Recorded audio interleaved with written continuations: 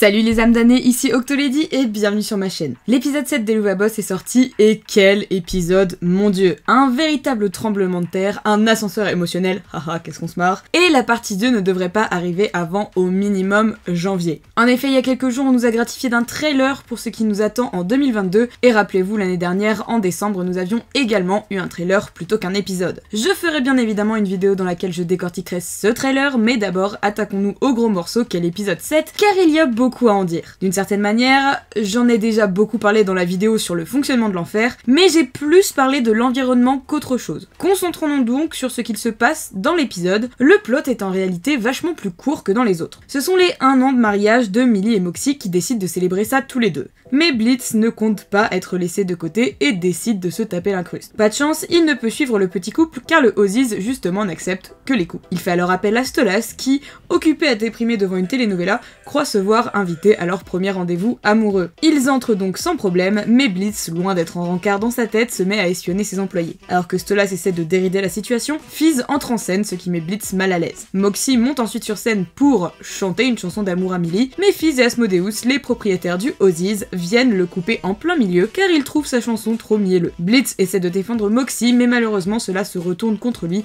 et c'est un véritable pugilat qu'il se prend en pleine figure. Au final, Stolas et Blitz, humiliés, décident de partir. Limp dépose le prince devant chez lui et après une discussion déchirante, Blitz rentre, avant de s'effondrer sur son canapé en regardant des photos de son passé. Il est fort probable que cette première saison ne se termine pas super bien, ou du moins pas de manière méga joyeuse. Enfin ça, on en parlera en fin de vidéo. Pour le moment, concentrons-nous sur les deux nouveaux venus de l'épisode. Et oui, je compte bien Fizzaroli comme un nouveau personnage. C'est d'ailleurs par lui que nous allons commencer. En nous emmenant dans le cercle de la luxure, notre petit couple a mis les pieds au Ozzy's, une sorte de restaurant-spectacle ou cabaret. Et les propriétaires du lieu ne sont autres que Fizzaroli, le vrai cette fois, et Asmodeus, prince de la luxure, qui sont d'ailleurs carrément en couple, mais ça pareil, on en reparlera après. Fizzaroli est donc, comme nous l'avions soupçonné après l'épisode 6, un NIMP, c'est plus précisément un cyborg. En effet, on constate que ses bras et ses jambes sont robotiques, cela nous sous-entend bien sûr qu'à un moment donné, il a perdu ses 2 bras et ses 2 jambes, mais aussi la couleur de son visage, comme on peut le voir sur les photos de la fin. Peut-être même, et c'est sûrement le cas, ses cornes, car son bonnet de clown semble se mouvoir sans aucune résistance, donc forcément sans ses cornes. En gros, c'est probablement quelqu'un qui a quand même pas mal souffert, on va pas se mentir. Malgré le peu de dialogue qu'il a, on en apprend beaucoup. Tout d'abord, les robots à son effigie dispersés un peu partout en enfer ont été designés par Asmodeus lui-même. Il est facile de comprendre que les robots Fizz sont des répliques indépendantes de l'original, car Fizz ne semble pas être au courant que c'est à cause de Blitz s'il a perdu sa réplique de Lululand.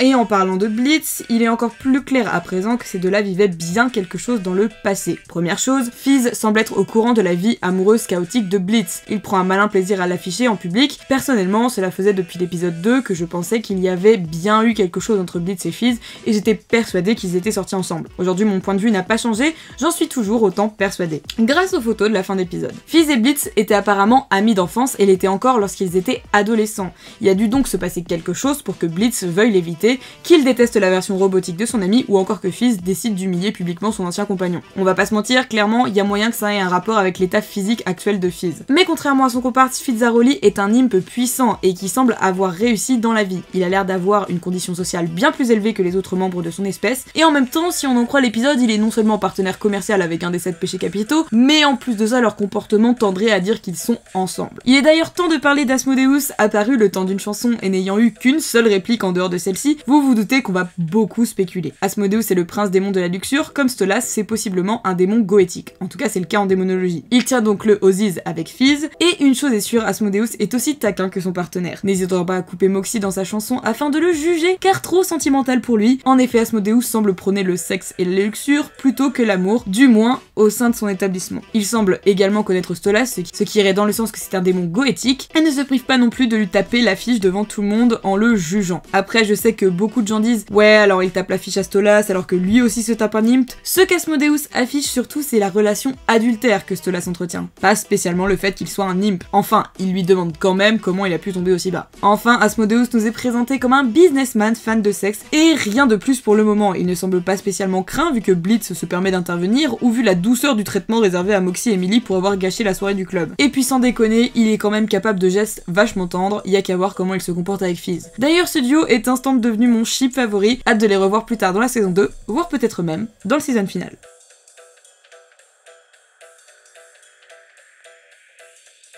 Du côté d'IMP, pas grand chose à dire, en vérité on va surtout se concentrer sur le duo Stolitz, mais avant d'en venir à eux, parlons quand même de nos 3 autres membres. On aperçoit très vite fait Luna qui semble en réalité être alcoolique seulement pour imiter Veronica, qui on se le rappelle est son idole. On voit également qu'elle a commencé à avoir une vie sociale puisqu'elle est à une soirée chez Tex lorsque Blitz rentre le soir. Pour ce qui est de notre petit couple, je pense qu'on peut le redire, mais Millie et Moxie sont l'exemple par excellence de ce qu'est une relation saine. Ils s'en fichent tous les deux dès qu'en dira-t-on et n'adaptent pas leur discours pour plaire aux autres. Ils sont trop mielleux pour le prince de luxure. Et alors, qu'est-ce que ça peut bien leur faire? Bon, après du coup je comprends pas bien pourquoi Moxie emmène Millie au Ozzy's, mais bon. Mention spéciale pour la tête qu'il tire d'ailleurs lorsque Blitz avoue avoir trouvé que le petit couple rend le missionnaire excitant. J'aime aussi également beaucoup le look de Millie qui comme d'habitude défend son mari coûte que coûte en défonçant Fizz sous les yeux d'Asmo et du public pour que notre petite team peut finir sa chanson. On aura également une pensée pour Moxie qui a dû réserver des mois à l'avance dans le cabaret quand il suffisait de venir avec Stolas pour entrer. Do we have a problem? De toute façon, cet épisode n'était pas vraiment le leur, mais plutôt celui de Blitz, donc c'est normal qu'il n'y ait pas grand chose à dire sur eux. Et justement, passons sur le patron et le prince. Il est clair que Blitz envie la relation que ces deux employés entretiennent. Un mariage heureux et sain. C'est quelque chose que Blitz ne s'autorise pas comme nous avions pu le déduire dans le bad trip de l'épisode précédent. Blitz désire aimer et être aimé, mais ne se l'autorise pas et finalement se sent juste seul. Ici, Blitz vit par procuration la vie qu'il a toujours voulu en espionnant et en s'incrustant dans celle de Moxie et Minnie. C'est pour ça que même après le refus de ses employés, il s'habille tout de même bien pour la soirée et les suit comme si de rien n'était, comme si tout était normal. Et c'est là que ça va commencer à être compliqué. Ne pouvant pas suivre nos amoureux dans le Ozzy's car il est seul, Blitz appelle Stolas. Stolas sert d'alibi. Stolas qui lui déprimait tranquillement chez lui devant une telenovela, et c'est également à ce moment-là que l'on peut conclure quelque chose. Stolas aime Blitz, ou du moins c'est ce que nous suggère la scène. Why won't you love me, Alejandro? That's a mood, Gabriella. Je vois déjà en commentaire les duh, c'était évident en même temps. Et bien que mon esprit de shippeuse ait envie de vous donner raison là-dessus, mon esprit rationnel n'est pas d'accord. Jusqu'à maintenant, certes, Stolas a été celui qui était le plus démonstratif. Là-dessus, on est ok. C'est lui qui l'appelle, c'est lui qui l'invite au festival, ou qui l'emploie à Lululemon pour passer du temps avec lui, c'est lui qui vient le sauver, mais il y a toujours un double sens caché derrière les approches de Stolas. Dans le premier épisode, il appelle Blitz pour conclure le pacte de la pleine lune et ainsi être sûr de pouvoir coucher avec Blitz une fois par mois. Dans le second épisode, cela se traduit plus comme un caprice. Il a quand même engagé son amant pour une balade avec sa fille. Lors du Harvest Moon Festival, il invite Blitz et IMP, car il ne pouvait pas être avec lui à la pleine lune. Et enfin, dans l'épisode 6, il vient sauver Blitz, non pas seulement pour ses beaux yeux, mais également pour récupérer son livre, s'assurer qu'il n'aura pas de soucis à cause de leurs bêtises, et en plus de ça, grappiller une nuit gratos avec Blitz pour le sauvetage. Les actions de Stolas ont toujours été ambiguës, mais pour moi, elles ne démontraient pas de l'amour, juste une sorte de caprice, de volonté de contrôle sur Blitz, comme si pour lui, c'était un peu acté que Blitz lui appartenait et qu'ils devaient partager des choses ensemble. Mais justement, cette scène de Stolas devant la telenovela et son comportement durant tout le reste de l'épisode vont à l'encontre de toute cette ambiguïté malsaine jusqu'à présent mise en place. Stolas a envie de construire quelque chose avec Blitz, et se demande de suite si ce n'est pas un rendez-vous, se prépare vraiment avec l'impatience d'une adolescente de 14 ans, trouve l'endroit romantique, Stolas est vraiment dans le mood, Blitz et moi sortons ensemble. Ce qui pose problème, car comme on le disait plus tôt, Blitz n'est pas dans ce mood, du moins durant l'instant présent. Il dit que Stolas fait trop habillé, est déjà saoulé avant d'arriver dans le cabaret, et se désintéresse de lui dès leur entrée. Cependant, Stolas arrive à attirer son attention, tout simplement en tentant d'avoir une conversation normale avec lui. Je trouve cet aspect super intéressant. Blitz était saoulé d'avance de faire appel à Stolas, sûrement car il se disait que la soirée ne serait que sous-entendu sexuel, ou tout simplement car à la base il voulait simplement espionner ses employés, mais il se rend compte que Stolas est également capable de conversations simples, ou de s'intéresser à lui pour autre chose que le sexe, et je pense que c'était la première fois que Blitz en prend conscience. Il se détourne complètement de son objectif premier, et profite du moment. Malheureusement, la scène ne dure que quelques secondes car Fizz fait son entrée sur scène, ce qui perturbe à la fois Blitz et Stolas car il mentionne Asmodeus et que Blitz ne semblait pas vouloir revoir son ancien ami. Vient ensuite tout ce qu'il se passe dans la chanson. Blitz prend d'abord la défense de ses employés et c'est suite à ça que tout dégringole. Fizz lui fait d'abord remarquer qu'il ne devrait pas donner de leçons sur les relations, étant donné que les siennes sont apparemment un vrai bordel, et encore une fois je pense que si Fizz est capable de dire ça, c'est que non seulement il a bien connu Blitz sur le long terme, mais aussi peut-être parce qu'il est directement concerné. On voit d'ailleurs que Stolas n'a pas du tout les refaites des anciennes relations de Blitz, que ce soit pour ce que dit Veronica ou Fizz, il a l'air de tout découvrir et de réellement avoir de la peine pour lui. Et en parlant de Veronica, oui parce que j'en ai pas encore parlé, elle fait son grand retour, elle aussi pour tacler violemment Blitzo. Et même si c'était déjà compréhensible plus tôt, il est maintenant clair que Veronica a été victime de sa relation avec Blitz, et celui-ci en est bien conscient. Elle lui a tout donné, son son amour, son corps, sa ferveur, et Blitz n'était pas capable de le lui rendre. Et d'un autre côté, il est difficile d'aimer quelqu'un quand on ne s'aime pas soi-même. C'est ensuite au tour de Stolas d'en prendre pour son grade, Asmodeus le reconnaît et le tacle violemment en lui disant que bon bah Stolas ça reste quand même un prince qui est marié et qui a une fille, alors le voir fricoter avec un imp, bah c'est quand même un peu la disgrâce. I hope you didn't give it up so you and him could get it up. You sold your life for a thrust. Et là j'aimerais me permettre de reprendre l'analyse d'une artiste sur Twitter, je vous mets son compte juste ici, j'étais totalement d'accord avec son raisonnement donc je me permets de vous le partager. Asmodeus met Stolas au pied du mur, il le met en face de ce qu'il ne veut pas voir. Stolas a une relation adultère. Il le force à regarder Blitz et clairement à ce moment-là, Blitz est dans une certaine attente. Il ne sait pas comment va réagir Stolas. Blitz sait que Stolas est marié, il a conscience de n'être qu'un imp et que leur relation n'est basée que sur du sexe. Et Stolas, après avoir regardé Blitz droit dans les yeux, se cache le visage. Ce qui est une réaction tout à fait normale et qui n'a rien à voir avec son interlocuteur. Stolas, encore une fois, est un prince marié et père qui se fait humilier en public. Il est donc humain de se sentir coupable et gêné face à cette situation, mais le plus intéressant, c'est la réaction de Blitz. Partons du postulat que Blitz ne s'aime pas. Blitz sait qu'il a fait du mal autour de lui. Dans cette scène en particulier, Blitz se sent haï par la plupart des gens autour. Et la seule personne en laquelle il aurait pu trouver un peu de réconfort était Stolas. Mais celui-ci se cache le visage honteux. Et c'est à ce moment précis qu'il se sent alors le plus mal. Il se dit sûrement qu'encore une fois cette situation est de sa faute, après tout c'est parce qu'il a conclu ce pacte avec Stolas pour avoir le livre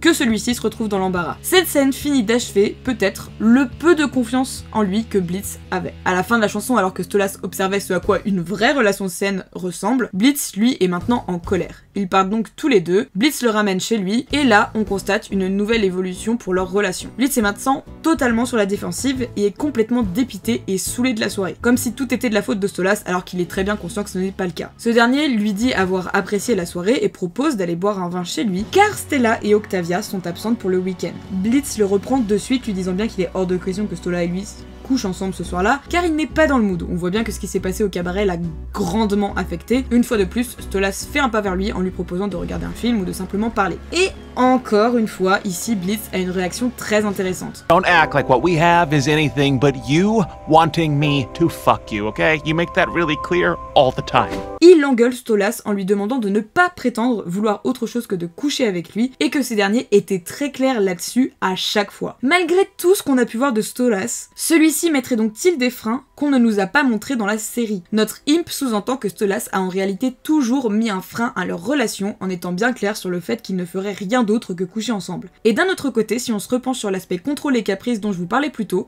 cela colle totalement. Je pense qu'il y a en réalité une peur du côté des deux personnages et un vrai manque de communication.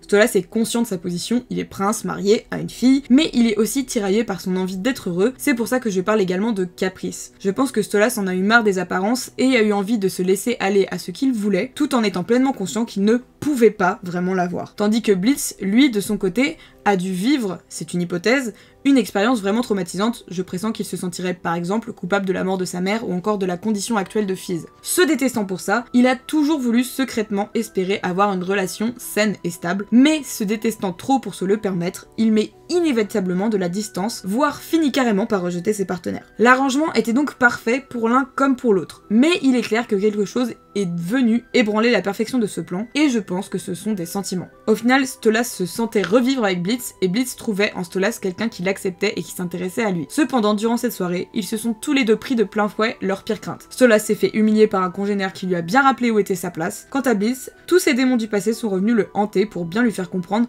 qu'il n'a simplement aucune chance de vivre ce dont il a envie. De plus, lorsqu'il rentre, même si Stolas invite Blitz, il commence par lui rappeler qu'Octavia et Stella ne sont pas là, ce qui lui rappelle bien la situation dans laquelle il se trouve. Nous retrouvons donc nos deux démons bloqués par leur propre peur et leur propre situation. Et celle-ci ne pourra à mon sens pas se débloquer tant que les deux n'auront pas réglé leurs problèmes chacun de leur côté. Bien sûr, tout cela n'est que mon point de vue et ma propre interprétation de l'épisode et de la relation entre Blitz et Stolas. Enfin, j'aimerais terminer avec l'analyse de la scène de l'appartement. Beaucoup de détails importants sont à relever. Déjà, on remarque énormément de photos dans le décor avec un détail très important. Blitz s'est gribouillé sur chacune d'entre elles. Encore une fois, la haine qu'il a envers lui-même est violente et ici exprimée vraiment durement. Il ne s'autorise même pas à apparaître sur les souvenirs heureux qu'il possède chez lui. Au contraire, par exemple, le certificat d'adoption de Luna, lui, est fièrement encadré au mur. Il se met ensuite à regarder des photos sur son portable et on peut observer ses différentes expressions tout du long. Ainsi, lorsqu'il regarde des photos d'IMP, il a l'air plutôt juste blasé, alors que lorsqu'on passe sur Veronica et Fizz, c'est clairement de l'agacement que l'on peut voir sur son visage. Et enfin, bien entendu. Lorsqu'il aperçoit la photo de sa mère et sa sœur, il fond en larmes, d'où ma supposition sur le fait qu'il soit arrivé quelque chose à sa mère, d'autant plus qu'elle porte le collier que Blitz arbore encore aujourd'hui.